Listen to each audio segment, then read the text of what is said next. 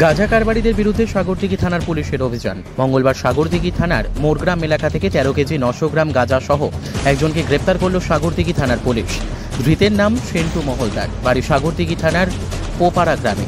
জানা যায়, গোপন খবরের ভিত্তিতে সাগরদিঘি থানার পুলিশ মোরগ্রাম এলাকায় অভিযান চালায় এবং এক পৌরকে ঘোরাফেরা করতে দেখে সন্দেহ হয় তাদের।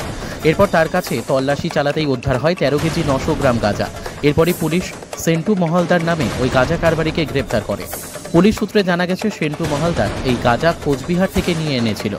সে বাসে চেপে মোরগ্রাম এসেছিল, এরপর নলহাটির দিকে যাওয়ার চেষ্টা করছিল। ধৃত এই গাঁজা কারবারির সঙ্গে আর কে কে জড়িত সে বিষয়ে তদন্ত করে দেখছে সাগরদিঘি থানার পুলিশ।